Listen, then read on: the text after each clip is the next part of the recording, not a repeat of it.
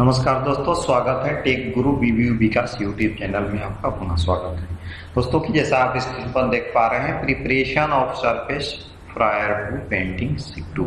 दोस्तों ये surface preparation का दूसरा सेशन है। जैसा कि फर्स्ट सेशन में हमने आप लोगों के बीच में ऑलरेडी अपने चैनल के माध्यम से शेयर कर चुके हैं।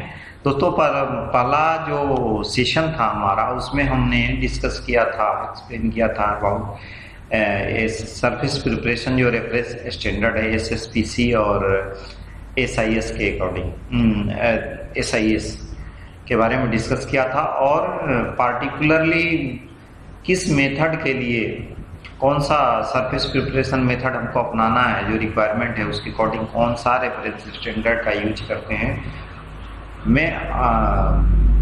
हमने उसमें डिस्कस किया। साथ ही साथ दोस्तों जो डिफरेंट रस्ट ग्रेड कैटेगरी होता है, रस्ट ग्रेड ABCD, चारों रस्ट ग्रेड के बारे में हमने इमेज के द्वारा आपके बीच में डिस्कस किया और शेयर किया। तो दोस्तों चलिए आगे बढ़ते हैं और हम सेकेंड जो पार्ट है इसका सरफेस प्रिपरेशन का वो शुरू करते हैं। दोस्तों इस सेशन में हम बात करेंगे मैकेनिकल मेथड, मतलब टूल क्लीनिंग मेथड के बारे में। दोस्तों जो सरफेस प्रिपरेशन होगा, tool cleaning method, either scraping, wire brushing, buffing, grinding से सरफेस प्रिपरेशन के बारे में, preparation of grade by tool, जिसको दोस्तों हम दो पार्ट में लगभग ST2 और ST3 टू मेथड में डिवाइड किया हुआ है, जिसका पहला मेथड ST2 और दूसरा ST3 है। दोस्तों preparation of grade scraping and wire brushing, it assume that prior to treatment the steel surface has been cleaned off dirt and grease and that heavier layer of rust have been removed by chipping. दोस्तों prior to surface preparation हम क्या करते हैं, surface जिसको surface को हम prepare करना है पेंटिंग के लिए, उसको थ्रू आउट हम क्लीन करते हैं। कोई ये भी डस्ट हो, ग्रीज हो या हेवी रस्ट वगैरह हो, उसको चिपिंग बाई जो भी अप्रोप्रिएट मेथड है उससे हटा देते हैं, ग्रीज को, सरफेस को क्लीन कर देते हैं। दोस्तों अब बारी आती है कि हम टूल क्लीनिंग कैसे करते हैं।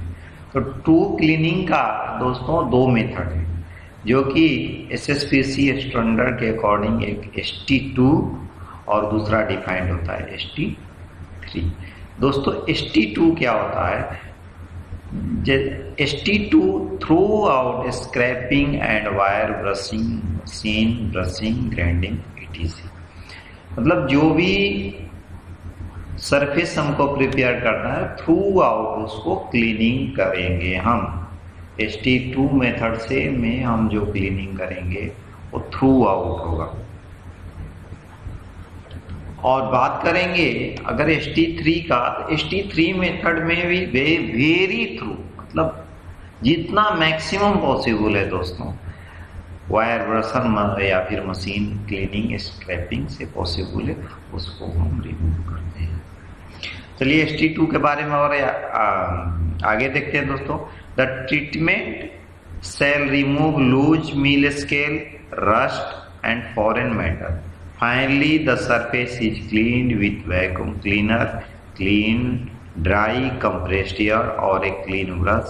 It should have a faint metallic sheen. The appearance shall corresponding to the prints designated ST2।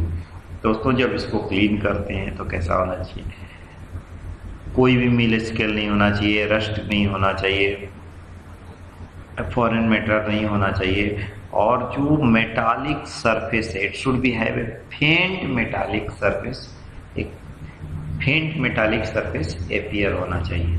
तो वो जो मेथड ऑफ क्लीनिंग हो गया, जो फेंट मेटालिक सरफेस अपीयर होना चाहिए, उसको ST2 कैटेगरी में आता है दोस्तों। चलिए दोस्तों ST3 के बारे में देखते हैं। Surface preparation as for ST2 but much more thoroughly after removal of dust the surface shall have pronoun metallic sheen the correspond to the plane designated ST3। दोस्तों अभी थ्रू आउट ST2 से जो हमने क्लीन किया था उससे भी और क्लीन करेंगे, थ्रू आउट क्लीन करेंगे और उससे क्लीन, और जो सरफेस है metallic sheen corresponding to plane, और जो ये जो सरफेस प्रिपरेशन के बाद जो सरफेस एपियर होता है दोस्तों, उसको हम प्रिंट, जैसे कि आप देख पा रहे हैं, the surface shall have pronoun metallic sheen the corresponding to the plane designated ST3।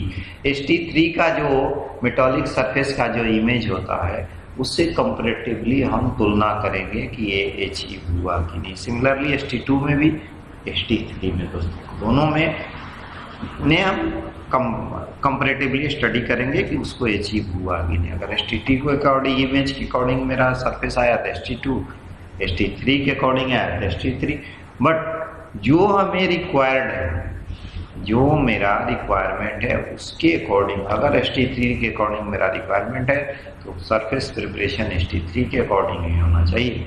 तो दोस्तों चलिए आगे देखते हैं कुछ इमेज के थ्रू कि कैसा ST2 में कैसा अपीयरेंस होना चाहिए, ST3 में कहाँ कैसा अपीयरेंस होना चाहिए।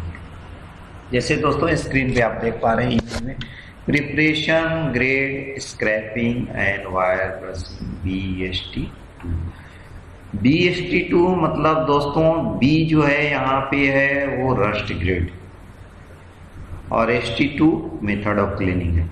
दोस्तों यहाँ AST2 नहीं है दोस्तों, क्या है कि जो मैकेनिकल टूल क्लीनिंग सिस्टम में जो A कैटेगरी के रस्ट होता है, जो रस्ट ग्रेड की हम बात किए लास्ट सेशन में, वो रिमूव नहीं हो पाता है, इसीलिए हम A कैटेगरी को हम इससे बाहर रखते हैं।